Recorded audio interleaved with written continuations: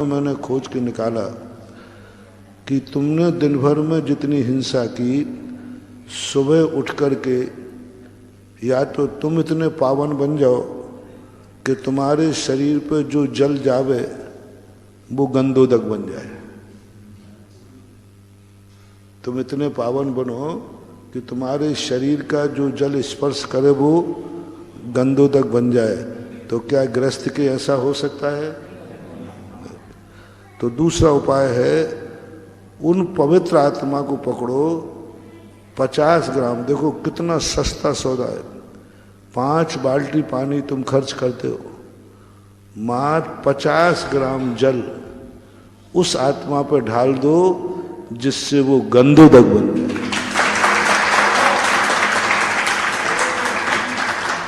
तो वह जल तुम्हें इतना वरदान देगा कि तुमने भली मुझे गंदा किया, लेकिन जिस भगवान के सिर पर मैं कभी पहुंच नहीं सकता था, तुमने मुझे भगवान के सिर पर पहुंचा दिया।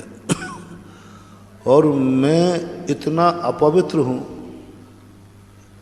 कि मुनिराज भी नहीं छूते मुझे, लेकिन तुमने भगवान के ऊपर ढाल करके मुझे इतना पावन बना दिया कि मुनिराज ने भी अपने सिर पर मुझे धारण कर दिया। जिस समय आप अभिषेक करते हो उस समय ये जल तुम्हें वरदान देता है। वरदान की भाषा समझाने के लिए बोल रहा हूं। इससे रैकी निकलती, एनर्जी निकलती है। कौन है जो, मैं तो कभी महाराज के भगवान के सिर पर पहुंच ही नहीं सकता। जिस व्यक्ति ने मुझे भगवान के सिर तक पहुंचाया है, उस समय जो उस जल की रेज निकलती है, एनर्जी निकलती है, अभी बताऊंगा मैं। और जैसे वो भगवान के शरीर को छूता है, जल शरीर को छू ही नहीं सकता, लेकिन किसने मुझे ऐसा किया कि भगवान को छुआ दिया।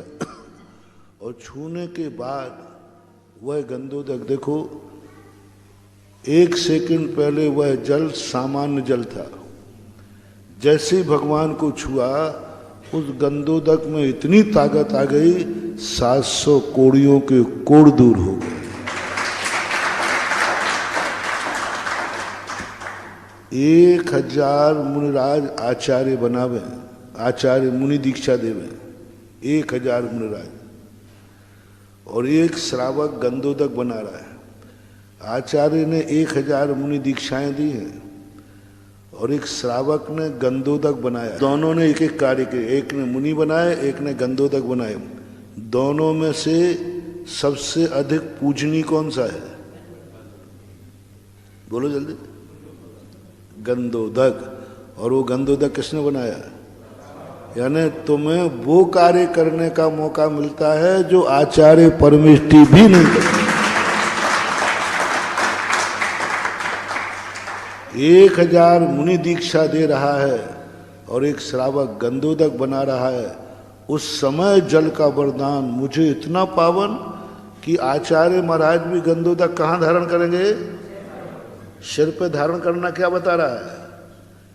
कि गंधोदक मेरे से भी बड़ा है। हम लोग मुनिराज लोग गंधोदक इतना पावन। उस समय जो तुम्हें रैकी मिलती है, वो 24 घंटे के अंदर जो तुमने जल संबंधी दोष किए वो सारे माफ हो जाते हैं। और जल कहता है तुमने कितना भी गंदा बनाया हो, लेकिन मुझे गंधोदक बना दिया है। इसलिए महानुभाव, आप लोगों को मेरा कहना है, या तो स्नान बंद करो जल का उपयोग, या अभिषेक शुरू करो। चूकना नहीं है। बहुत सरल सस्ता रास्ता है, बहुत सरल। दूसरे का बना हुआ गंधोदक कभी भूल के नहीं लेना।